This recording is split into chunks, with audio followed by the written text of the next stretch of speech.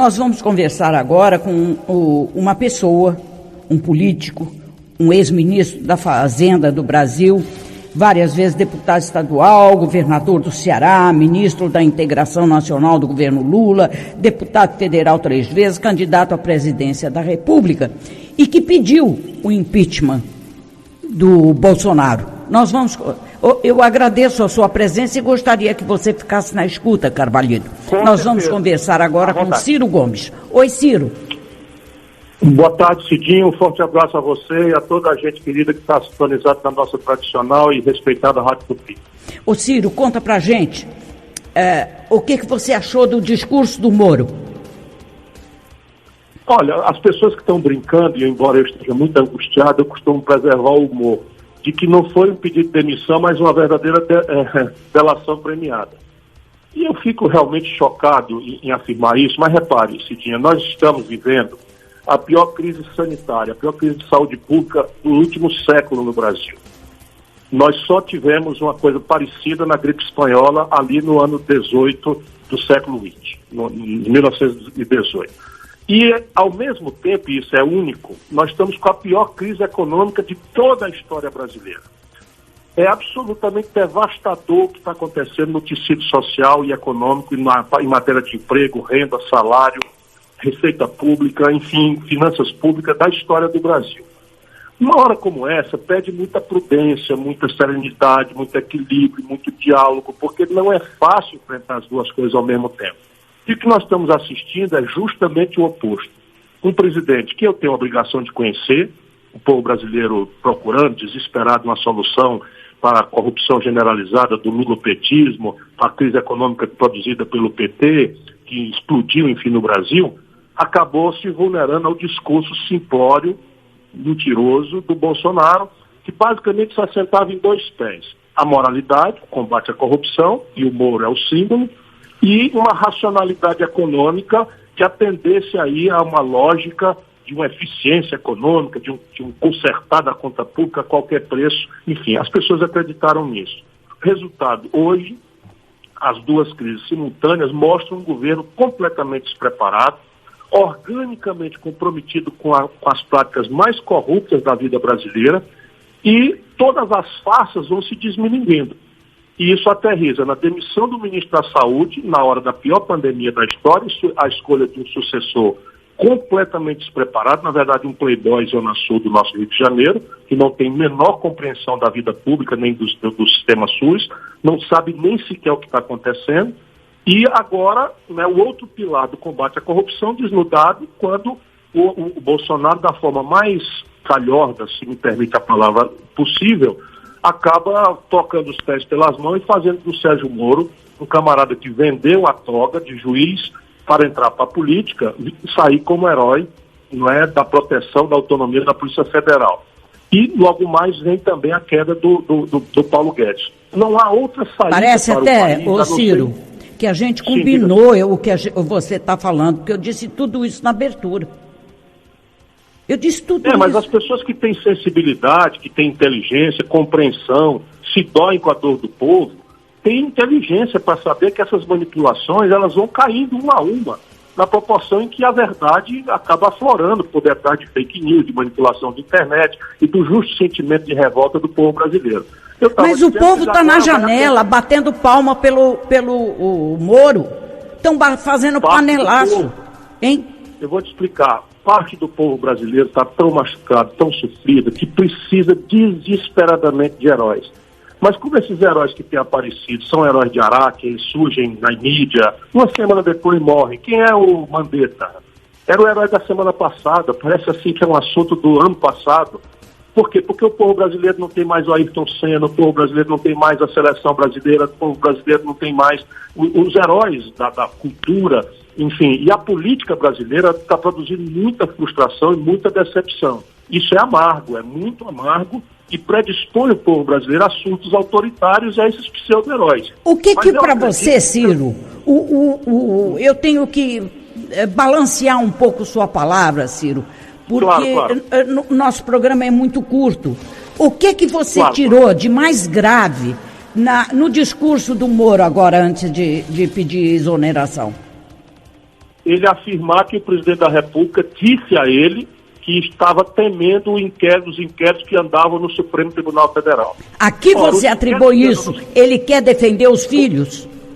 Envolvimento, claro, dos filhos. E mais importante, talvez, não sob o ponto de vista pessoal, mas sob o ponto de vista estratégico, é que esses inquéritos descobriram a fonte do dinheiro sujo.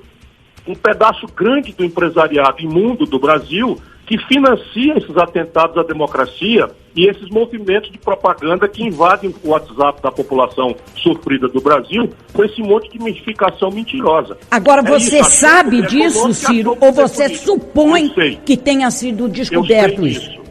Eu não posso demonstrar, mas você sabe, eu tenho uma vivência grande, mantenho relações muito importantes, antigas. Eu fui ministro da Fazenda, fui ministro da Integração Nacional, fui governador, conheço os profissionais que são a esmagadora maioria da Polícia Federal, da Receita Federal, que trabalhou sob a Receita, no caso, trabalhou sob minha liderança, e eu tenho informações muito sérias, e, embora sejam informações que vão ter que ser entregues ao público no tempo certo.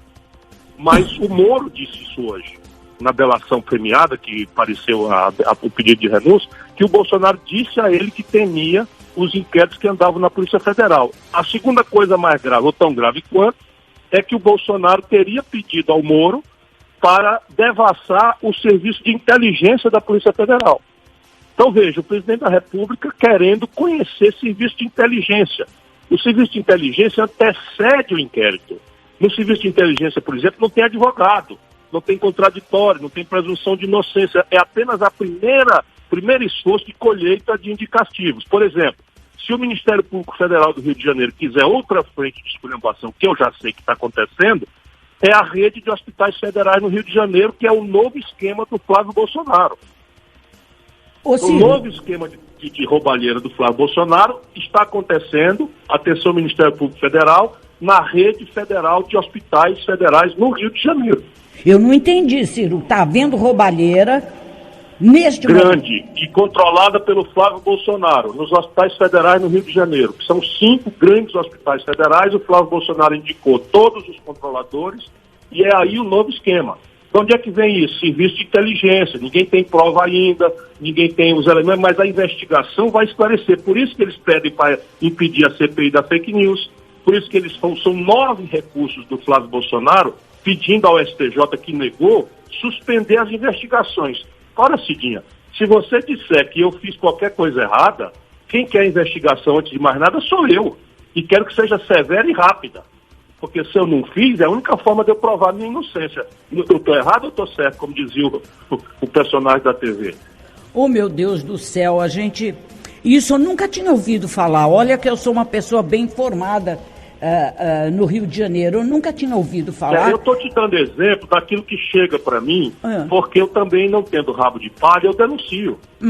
As pessoas querem me desqualificar, que eu sou bocão, que etc. Não, é porque eu estou a serviço da luta do povo brasileiro a vida inteira. Agora, qual é a intenção, na sua opinião, do Bolsonaro ao desmanchar o seu próprio governo? Veja, ele desautoriza o ministro Guedes. Ele manda nessa pandemia o ministro da Saúde embora. Ele agora manda o Moro. O que ele quer? Ele quer fazer um governo ao seu modo e personalidade. Nós não corremos o risco dele cair. Do governo, veja, correto do ponto de vista dele porque pior é você ter um governo em que um núcleo é mandado pelo maluco que mora na Argentina, nos Estados Unidos, que é os idiotas aí da Damares e ministro das Relações Exteriores, são um bando de lunáticos. Débil mental. Outro grupo é o dos militares, e outro grupo é o do Guedes, outro grupo é o do Moro. E ele é o bobalhão que fica defendendo, agitando, criando caso e se sustentando com os filhos. O que ele está fazendo é fazer um governo muito menor, muito mais desqualificado, mas à sua imagem e semelhança, que sempre foi um medíocre e corrupto. Vamos ter clareza, desculpe quem se milindra. Eu conheço o Bolsonaro, fui colega dele na Câmara. O Bolsonaro roubava o dinheiro da gasolina do gabinete dele. O Bolsonaro roubava dinheiro de servidor fantasma. A filha do Queiroz ganhava dinheiro do gabinete do Bolsonaro, morando no Rio de Janeiro e trabalhando como personal trainer. Todos nós da Câmara Federal sabíamos disso. O incrível é o pacote que se produziu de um Bolsonaro moralista. Isso é inacreditável. Agora, você fez baseado em quê? Você sabe tudo disso, mas você fez baseado nessas suas informações o pedido de impeachment do Bolsonaro? Não, o pedido de impeachment é baseado basicamente em 3 cometimentos de crime de responsabilidade. O primeiro, atentar contra a saúde pública. Na medida em que ele convoca a população para aglomerações, contraditando a orientação do Ministério da Saúde, contraditando a OMS, a Organização Mundial de Saúde, contraditando decretos de isolamento social dos governantes locais, como é o Distrito Federal e Goiás, ele comete um crime contra a saúde pública. Aí é linkar esse crime contra a saúde pública ao cometimento de crime de responsabilidade. Segundo, ele, ao se reunir com pessoas que organizaram e ir para a rua estimular atentado contra o regular funcionamento das instituições, dos poderes, ele comete frontal e explicitamente um crime de responsabilidade de atentar contra o regular funcionamento das instituições. E terceiro, quando ele contradita os governadores e ameaça passar por cima deles, inclusive negando a autonomia que o Supremo garantiu, ele comete atentado contra o regular funcionamento da Federação Brasileira. Esses 3 são crimes de responsabilidade a ensejar o impeachment. Hoje, eu estou aditando a petição, porque vou também mostrar a improbidade dele em tentar devassar o sigilo funcional dos inquéritos no serviço de inteligência da Polícia Federal. Isso também é crime de responsabilidade. Embora, Cidinha, tenhamos clareza, o Moro está manipulando a opinião pública, não há nada ilegal no Bolsonaro querer nomear o chefe da Polícia Federal. É a autonomia dele fazer a nomeação do chefe da Polícia Federal. Portanto, o erro não é nomear ou desnomear o chefe da Polícia Federal. O erro é querer botar lá um pau-mandado e, com isso, devassar a autonomia funcional para fazer inquérito e levantamento de inteligência, especialmente enquanto a Polícia Federal está agindo como polícia judiciária. Mas Neste isso caso, o Moro falou no discurso dele. Claro, eu não disse que a pedido de demissão do Moro foi uma delação premiada. Mas o Moro confessou, por exemplo, que cometeu crime de prevaricação. Quando? Porque se ele ouviu meses atrás do presidente da República que queria fazer isso e não denunciou ou abriu inquérito, ele prevaricou. Isso é um crime pensado no Código Penal. Meu Deus do céu, o Brasil precisando tanto de serenidade, de tanto leito para internar as pessoas, de lugar para enterrar as pessoas, e nós discutindo, estamos aqui discutindo o enterro da política nacional. É isso. Ciro, um beijo para você. É uma tragédia que se abateu. Um grande abraço, Ciro. Um abraço forte, um beijo para você e um abraço a toda a gente querida do Rio.